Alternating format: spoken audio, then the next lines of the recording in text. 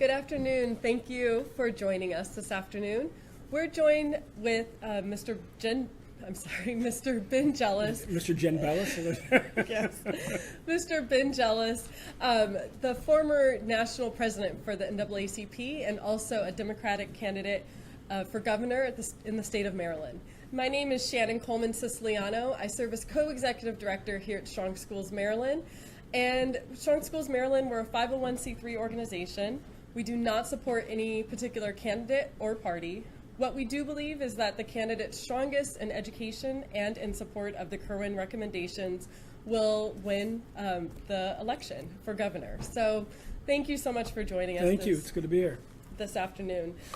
So we are hosting a series of Facebook Lives with gubernatorial candidates, and we're focused on education and the Kirwan Commission and their recommendation. And should we be looking this way, or shall I look at you? Or? Both. Okay. Yeah, we can Hi, look everybody. at both. Yeah, they're joining us live. Okay. And so I'm going to get started with some policy questions. Okay. The Kirwan Commission, their recommendations, and the Kirwan Commission believes that what we spend our money on, so the policy, is just as important as how much we spend our money on. And so I want to really, get your stance on some of the policies that they've implemented. Sure. But first I want to start off with just thinking broadly around our Maryland State Constitution. The Constitution states that our Constitution requires a thorough and efficient public school education for Maryland's students. And so that means that we are enabling all students to meet state standards. Yeah. And so what does that mean to you? Yeah, my family have been educators literally since we walked out of slavery. Mm-hmm. My mom sued Western High School for Girls when she was 12. She could desegregate when she was 15. Her mom, my grandma, had been teacher in the public schools in southern Virginia, where we migrated up from. And you can go all the way back to her grandfather, was born a slave, died a state senator, co-founded Virginia State University, and built the schoolhouse my grandma was educated in with the hands of other slaves, other former slaves. And when you grow up in a family like that, when you grow up in an NAACP family, when you grow up in a family of educators, I now teach at Princeton, what you know is that until we fully fund our schools, none of the other theories of education, including integration itself, actually work right. Our Constitution is artifact of the fact that we have known for a very long time that we have a responsibility, it's a constitutional responsibility to fully fund our schools. The way that language, thorough and efficient, was interpreted by the courts is that we have a responsibility to provide a minimally adequate education. Right. And what's clear, and you can see it if you travel, as I have, to all 24 counties multiple times, I've met with educators literally across the state, is that whether you're in Western Maryland or you're in West Baltimore, whether you're in East Baltimore or the Eastern Shore, there are lots of children who are not receiving a minimally adequate education. Mm-hmm. And if you want to know where that can lead, visit one of our prisons.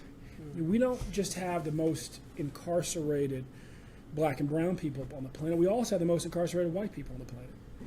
And what they all tend to have in common is like upwards of 90% of them, 90, 95%, too poor to afford their own lawyer. When my son's with us today, he's over there with his Singapore math books, and one of the reasons why I went and got the English translation of Singapore math books was Singapore leads the world in K through 12 educational outcomes. America lags. And this is the top 30 economies. We tend to be 28th, 29th, 30th. Right. They tend to be first, second, or third in any given year. I met with leaders from Singapore probably 10 years ago when I was president of the NAACP. And I asked them why. And they said two things. First, they said, a long time ago, we sent some of our youngest, best, and brightest to the Harvard University School of Education. And when they came home, we did what they told us to do. We all should try that sometime. Well, they have one education director. We have 16,000 school districts herded by state and federal, but nothing quite as directive as they have in Singapore. The other thing, though, they were quite serious about, they said, you can't explain Singapore being number one and America being number 29 based on how the rich kids perform in either country. You can only explain it by the fact that the gap between how our rich kids perform and how our low-income students perform is 4 times smaller in Singapore than it is in the U.S. And so fundamentally, this is about full funding. It's also about equity. It's also about making sure that what determines how much money your school gets from the state is how much is it going to take to get the kids in your school to perform at grade level or above. Okay. And that takes more in neighborhoods. Again, it could be anywhere in the state where people are making minimum wage and they're working 2-3 jobs, than it does, say, where my son goes to school, where parents tend to be well educated and well employed. Okay, and so if we know the Constitution and what that states. Now let's focus a little bit on the Kerwin Commission. And so they put forth a set of recommendations under 5 policy areas. Their policy areas are early childhood education, high quality teachers and leaders, career and college readiness pathways, more resources for at-risk students, and governance and accountability. And we believe that those policy areas, the next governor needs to implement all of them, that you can't just choose one or two of them and do pet projects and say that you've implemented Kerwin and elevated outcomes for students. So, as future governor, what is your belief on that in full implementation? I was endorsed by 74,000 educators across our state with 85% of their vote, and with 100% of the vote of the educators in Prince George's County, I might add, because they know that this former leader of the NAACP understands that when it comes to education, and frankly, matters like health as well, we can't keep trying to half-solve problems. That you have to solve the whole problem. When I was president of the NAACP, and actually you can still find this report on their website, we put out a report called Finding Our Way Back to First. Very similar to the recommendations of the Kerwin Commission. Kind of 5 basic things. It was finding our way back to first in the world in educational outcomes. You got to make sure every kid shows up to kindergarten ready to learn. That means you got to have universal pre-K. You got to have universal 3K. You got to have more ways and more time for kids to learn. We're basically only teaching to the auditory style of learning. Only about a quarter at most of the population has that, and that's why about a quarter of our kids end up finishing a 4-year college, because it's attuned to the auditory style of learning to doing well in college. Well, the rest of the population needs you to teach to their styles of learning too. That's why when you see art go back into schools, you see attendance go up. Right. And similarly, when you see more career education come into schools, same thing. You have to recognize that first of all, there's a so-called racial achievement gap, but it sits inside of a much larger class-based achievement gap. And in each case, you can solve about 80% of that with more resources, and the most important one is a high-quality teacher. That makes up for about 40% of the gap between, again, how our more low-income students perform and how our higher-income students perform. But you also have to deal with the other 20%, which is parenting. We have to do a much better job, and this is where I, as governor, see the opportunity for public-private partnerships using the bullet pulpit to ultimately inspire and organize older, more experienced parents to mentor younger, new parents. There's these moments when parents are especially open to learning something new. When a child comes into the world, when they first start school, and when they start each school after that. So in kindergarten, parents are wide open, like, what do I need to do? 6th grade, same thing. 9th grade, same thing. And so we need to organize parents, in addition to fully funding our schools, making sure there's good resources, making sure that we're educating better and we're giving more options, having community schools. We also need to make sure that we're doing a better job of empowering parents to do their job better. Okay. And now when you think of the 5 policy areas, is there one that gives you particular pause, either based off the substance or financial implications for the Kerwin? No, I mean, this is a funny thing. I've got as much or more executive experience as anybody in this race. I've been a CEO since I was 26 years old, or a partner in a small business as I am now. And what confounds me is this: arguably the wealthiest state in the wealthiest country on the planet, we keep talking about deficiencies in our educational system as if we have a money problem. We don't have a money problem. We have a priority problem. We have a courage problem. And you see it in our politicians when you say to them, how come the casino money, the lottery money, like, how come we aren't feeling the impact of that? Oh, we send all of it to education. You do? Well, why isn't the funding increasing proportionately? Well, the money we used to spend on education, well, we're spending that on something else. That's a priority problem. That's what a priority problem looks like. You have to put first things first. And to the people of Maryland, education is always first. And when I'm governor, we will fully fund our schools, full stop. Great. And I will get to funding in a minute, so thank you for highlighting that. And you mentioned community schools. That's something that is really important to our members. Yeah. They wrote in about additional resources, including, nursing, school counselors, wraparound services. Eyeglasses. for I mean, we have skills. kids who are forced into special education because they can't see. And we have Lions clubs across the state that are overwhelmed by school districts trying to get free glasses. And we're the wealthiest country on the planet. It really should not be an issue, and we can fix that. So let's talk about equity. You've mentioned it in some of your answers thus far. And, across the state, before we even dive into equity, just across the state, all of the students across Maryland, as you stated, nationally we are our students are performing middle of the pack. Yeah. Then if we take that and look internationally. Well, and that's important because Exactly. we talk about our education system falling from first to sixth, and that's like in a U.S. News and World Report ranking. But when you actually look at the outcomes, when you look at the standardized test, you see our kids like 24th, 25th, and that's a problem because our children aren't just competing with kids like from West Virginia and Delaware. They're competing with kids from Singapore and England, and those kids are being taught coding in the first grade. Right. And we have to really step up here in a big way. So, but then if we look at district by district and school by school, and how we are leaving certain kids behind, and we are doing a disservice. Black and brown students, students with that have English as a second language, And a lot of low-income white kids in rural areas. yes, Yeah. and students that are living in poverty, which has increased in the state of Maryland. Yeah. How do you, as governor, look at implementing the Kerwin recommendations, and which one in particular do you think would address the inequities that? Oh, look, I think it all starts with funding. Everything else is a theory that requires funding. So if you don't have the courage to actually do what's necessary, have the tough conversations, actually get politicians to hold themselves accountable. And that's why I say, I'm not running to lead politicians. I'm running to lead the people of the state, because it's the people. And you can look at it on the issue of school shootings, for instance. It's the people who give the politicians courage, right? Young people who don't even have a vote stand up, and all of a sudden politicians' backs get straighter.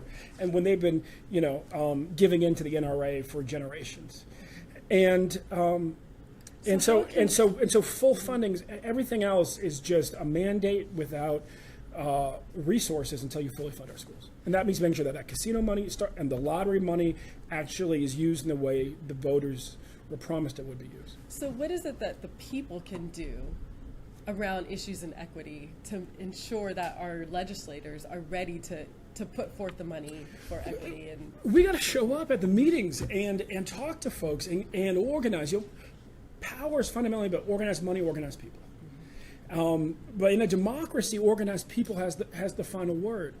I was downtown at the school headquarters on North Avenue in Baltimore City when the kids were freezing, trying to help figure out, how do we do better? And we actually came up with some great ideas. Our lieutenant governor, on the other hand, was actually tweeted out, well, if those were my kids. So I had to tweet back at him, hey, buddy, you're the lieutenant governor. They're all your kids. Like, where are you? Come down here.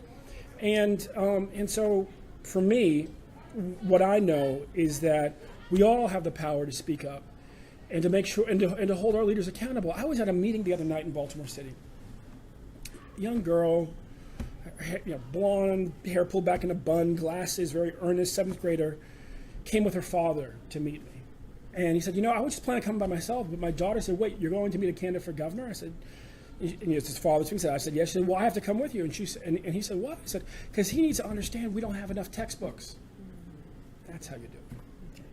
Because her speaking up, I don't think any politician would forget. When a young person confronts you and says, y'all need to do a better job, it sticks. so going back to funding, as you mentioned, the Kerwin Commission, they have not released their financial report. Yep. That's supposed to be released this fall. But currently, we know the APA did a study, and currently our schools are underfunded by $2.9 billion a year. A year. So as governor, how do you plan to meet this funding requirement that potentially that Kerwin will come with?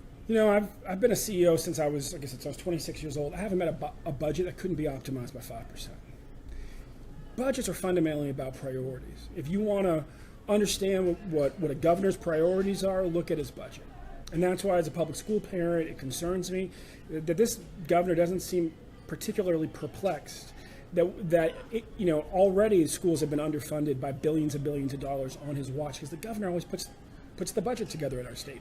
Very powerful governor when it comes to budgets.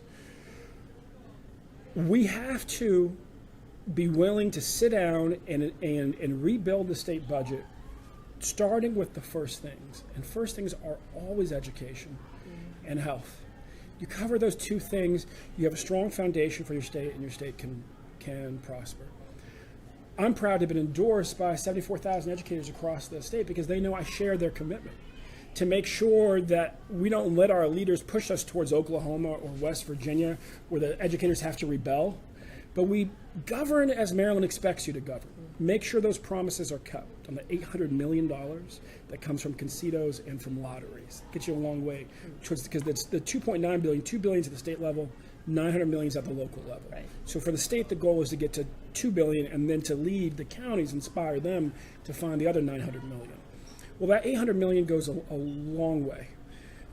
Then you actually have to organize the people of the state to hold their politicians accountable, so that the politicians don't do funny things with the budget. The money is there. Maryland does not have a money problem when it comes to education. We have a priority problem. I've put a plan, for example, when it comes to public higher education, where we also have an issue that we're overcharging young people. A plan on the table to cut $660 million from our criminal justice budget by downsizing our prisons. Our prisons are bloated in Maryland, and send that money back to public higher education. Why? Because 50 years ago, we were spending a lot less in our prisons and a lot more on our universities. We were both safer, and our students weren't being driven into debt. And that's, I think, a very stark what it looks like to shift priorities.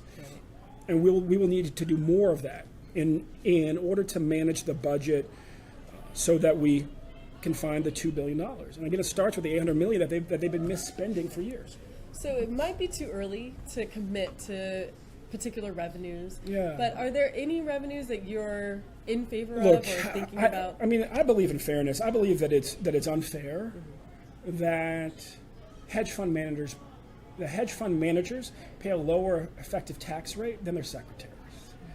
I believe it's unfair that we know in Texas, Walmart's paying their state taxes, but here we're not quite so sure. The comptroller's office won't tell us which of the biggest companies aren't paying their taxes, but they'll tell us that 10 of the 25 largest don't pay any taxes. And there's about 10 big box stores on there, and we know that's a game that they've played. I believe that we should legalize cannabis for adult use. That would generate hundreds of millions. So we have options.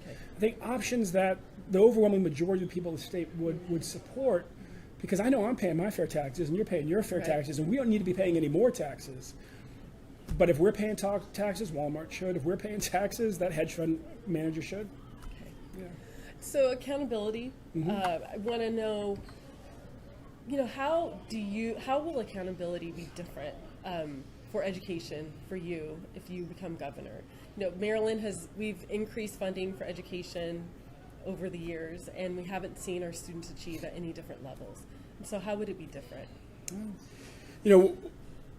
We have to make sure that there's actual transparency in how the money's spent. Most schools haven't seen a significant upgrade in how they manage the budget since the creation of the Gutenberg press in the 1600s, because they're managing it on paper forms. And therefore, tracking them stays 6 to 18 months behind. And it's impossible to actually connect, extremely difficult to connect how they change, sort of a budgetary change and its impact on student outcomes. And so you can have situations in Baltimore City, like one that was, I recall from a few years ago, where you had a very high-performing elementary school right next to one that was not very high-performing. They both had similar demographics. They both, overwhelmingly, the kids were of color and the kids were on free and reduced lunch. But one school had 8 assistant principals and no money to buy new books, and ran out of paper for their copier in October. The other school had no assistant principals, and it had 1-to-1 iPads, all the books, all the paper all you need, and the teachers were much happier. That needs to be visible. And so we need to be managing our budgets digitally. We need to have one system for the entire state. So ultimately, the governor can know how money's being spent, but also the people can say to the principal, question about how you're spending money, and the principal should be able to pull out his smartphone and tell him how he's been spending money.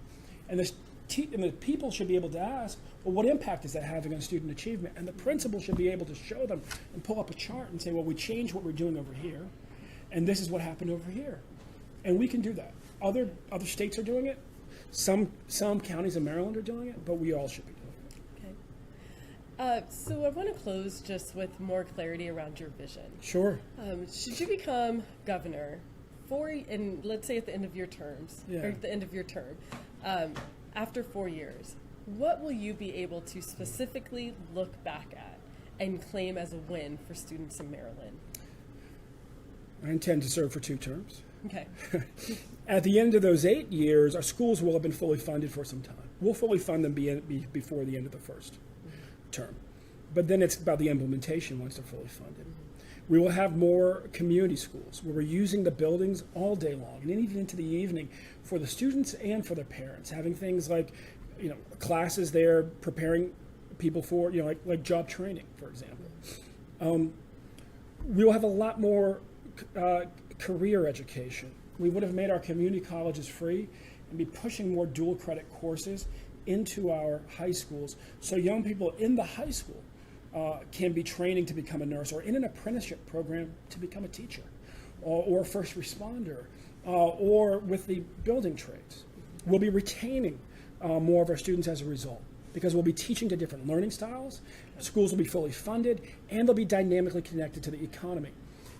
My son's in kindergarten, my daughter's in 6th grade. They're both in the public schools.